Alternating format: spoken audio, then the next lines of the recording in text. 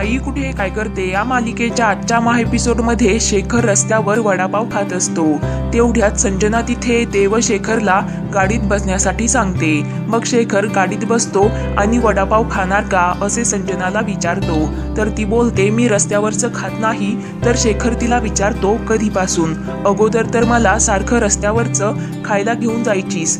तर संजना बोलते आता परिस्थिती बदलली, मला ते सहन होत नाही। त्यावर शेखर तिला टोमणा मारतो, तुझ्या पोटाने तुझ्यासारखं स्टेटस बदललं वाटतं, आम्ही बघ आहे तसंच आहे। त्यानंतर संजना शेखरला विचारते मी तुला घटस्फोटाची नोटीस पाठवली होती, तू त्याचा विचार केलास का?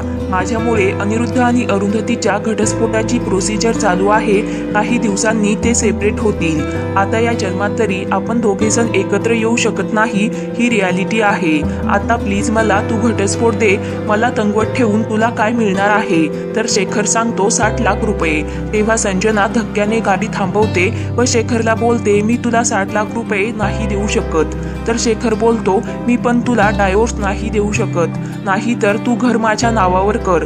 तर संजना विचारते घर तुझ्या नावावर केल्यावर मी कुठे राहायला जाऊ? तर शेखर सांगतो लग्न झाल्यावर बायको नवऱ्याच्या घरी राहायला जाते, तसं तू फ्रॅक्चर बंड्याच्या घरी राहायला जा। ती म्हातारी आणि तू रोज गोंधळ घाला, टेन्शन मध्ये त्या म्हाताऱ्याचं कसं छप्पर उडालं ना, तसं अन्याचं पण लवकर छप्पर उडेल। तुझा तो टकला अन्या कसा दिसणार असे बोलून शेखर मोठ्याने हसत असतो। तर संजना त्याला बोलते मी देशमुखांच्या घरी कधीच राहायला जाणार नाही। तर शेखर नाटक करत पुन्हा संजनाला वडापाव खाणार का असे विचारतो। तर संजना नकार देत त्याला जाण्यासाठी सांगते। तर शेखर लगेच तिथून निघून जातो। त्यानंतर रात्री अभि आणि अनघा भेळ खात असतात। तेव्हा अनघा बोलते ताईला तुझ्या बोलण्याची सवय झाली, मला नाही। तू तिला वेडवाकडं बोललास की मला तुझा इतका राग येतो की असं वाटतं एक कानाखाली मारावी। त्यावर अभि हसत बोलतो यापुढे असं वागलो तर खरंच एक कानाखाली दे। तर अनघा त्याला विचारते आज तुझं काही बिनसलं? तर अभि अंकिता हॉस्पिटलमध्ये भेटल्याचं सांगतो की ती समोर आल्यानंतर मला त्रास होतो। त्यावर अनघा बोलते तू जसं ताईला सांगतो ना सगळं विसरून बाबांना माफ कर, तसंच तू पण अंकिताला माफ कर, जमेल का तुला? त्यावर अभि नकार देतो। तर अंकिता सांगते यापुढे ताईशी बोलताना 100 वेळा विचार कर। तर दुसरीकडे अप्पा कांचनला रजनीने आणलेलं मशीन लावून देतात व बोलतात की जोपर्यंत हे मशीन चालतं तोपर्यंत तरी तिच्याशी नीट वाग। त्यावर कांचन बोलते मला तिचा हेतू बरोबर वाटत नाही, तिच्या मुलीला आपल्या यशच्या गळ्यात बांधण्याचा ती प्रयत्न करत आहे। यश किती राजबिंडा आहे, अरुंधती ही छान स्वयंपाक करते, असं घर त्यांना कधी मिळणार आहे का? त्यावर आप्पा कांचनची गंमत करत असतात। तेवढ्यात यश तिथे येतो। तर कांचन त्याला विचारते तुला गौरी कशी वाटते? तर आप्पा यशला खुणावत असतात। तेव्हा यश बोलतो तुला माहित आहे ना मला गौरी आवडते। तर कांचन बोलते म्हणजे आपल्या ईशा सारखीच ना? यश बोलतो मला एकच बहीण बस झाली, गौरी माझी चांगली मैत्रीण आहे। तर कांचन सांगते मैत्रीणच राहू दे, घरात आणू नकोस, माझ्या दोन्ही नातसूना माझ्या पसंतीच्याच येणार। तर आप्पा कांचन पुढे हात जोडतात। तेवढ्यात अंकिता तिथे येते। तर तिला पाहून सर्वांना मोठा धक्का बसतो। तेव्हा कांचन लगेच अंकितावर भडकते की आमच्या घरामध्ये येण्याची तुझी हिंमत कशी झाली? त्यावर आप्पा कांचनला शांत करतात। त्यानंतर अंकिता आतमध्ये येते व सांगते की मी फक्त तुम्हाला भेटायला आले आहे।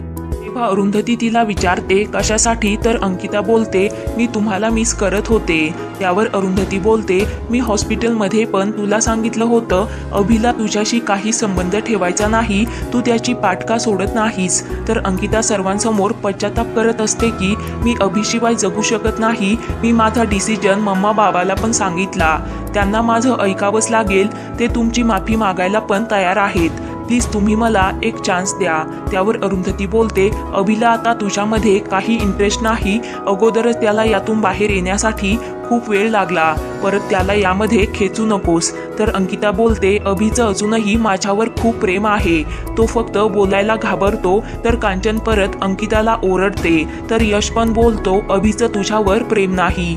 तर अंकिता बोलते अभिने तसं मला तोंडावर सांगावं।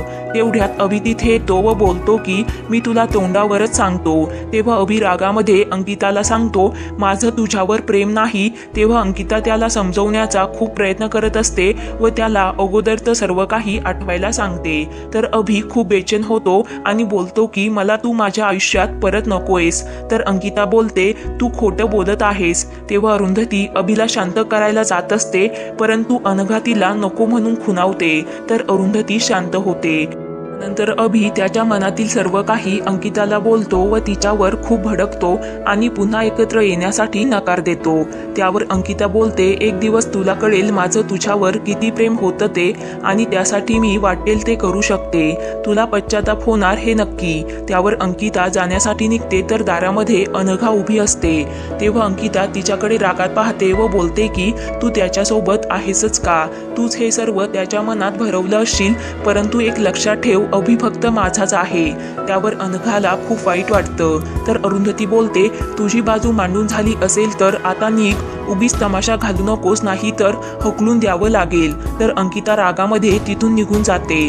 तेव्हा अरुंधती अभिला सांभाळते तर अंकिता त्याच्यासाठी चहा बनवायला जाते। नंतर अरुंधती पण किचन मध्ये येते। तर अनघा अरुंधतीला शांत राहण्यासाठी सांगते व अंकिताने हॉस्पिटल मधील जॉब अजून पण सोडला नाही, हे सर्व ती अभिच्या प्रेमापोटी नाही करत, तर तिचा इगो हर्ट झाला आहे असं मला वाटतं। हाच राग तिच्या डोक्यामध्ये असेल। अभिला वाईट परिस्थिती अजून पण हाताळता येत नाही, त्याला आता शिकू देत, आपण मध्ये बोलायलाच नको, सगळं काही ठीक होईल, तू फक्त तुझ्या तब्येतीची काळजी घे असे अरुंधतीला सांगते। त्यानंतर अनघा घरी जाण्यासाठी निघते। दुसरीकडे अभि यशला बोलतो तू अंकिताच्या आईबाबांना जाऊन सांग, ती मला धमकी देऊन गेली, नाही तर आपल्याला पोलिसांमध्ये कंप्लेंट करावी लागेल। एवढ्यात अरुंधती तिथे येते तर अभि बोलतो नाही, त्या गोष्टी करण्यामध्ये अंकिताची खूप हिंमत आहे, उद्या ती कुठे पण तमाशा करेल। त्यावर अरुंधती सांगते मी तिच्या आई वडिलांना जाऊन सांगते, उद्या काही झालं तर आम्ही जबाबदार नाही। तेव्हा अभि कधीही खोटं वागणाऱ्या व्यक्तीबरोबर संसार करणार नसल्याचं सांगतो। त्यावर अरुंधती पण त्याला अनिरुद्धच्या वागण्याबद्दल आतापर्यंत तिला किती त्रास झाला ते सांगते। त्यावर अभि अरुंधतीची माफी मागतो। तर अरुंधती त्याला समजावते या सगळ्यांचा कामावर परिणाम व्हायला नको, उद्या तुझ्या आयुष्यामध्ये अजून कोणीतरी चांगली मुलगी येईल, चांगला संसार होईल, तू टेन्शन घेऊ नकोस। यश गंमत करत अरुंधतीला विचारतो तुझ्या नजरेमध्ये अभिला समजून घेणारी अशी मुलगी आहे का? त्यावर अरुंधती नकार देत अभिला विचारते तुझ्या मनामध्ये कोणी आहे का? त्यावर अभि लाजून तिथून निघून जातो। तर अरुंधती यशला बोलते अभिचं लग्न झाल्याशिवाय मी तुझं लग्न लावून देणार नाही व लगेच तिथून निघून जाते। तर दुसरीकडे संजना अनिरुद्धला सांगते मी शेखरला भेटले, त्याने मला ऑप्शन दिले, तू जर पैसे देणार नसशील तर हे घर माझ्या नावावर कर, मी लगेच तुला घटस्फोट देतो। तर अनिरुद्ध विचारतो तू काय विचार करतेस? त्यावर संजना बोलते जर माझं लग्न तुझ्याशी होणार असेल तर मी विचार करेन। त्यावर अनिरुद्ध संजनावर भडकतो की आपण कुठे जाणार? तर संजना बोलते आपण रेंटवर राहूया, तुला पण चांगली नोकरी मिळेल, आपल्याला माणूस महत्वाचा आहे। मित्रांनो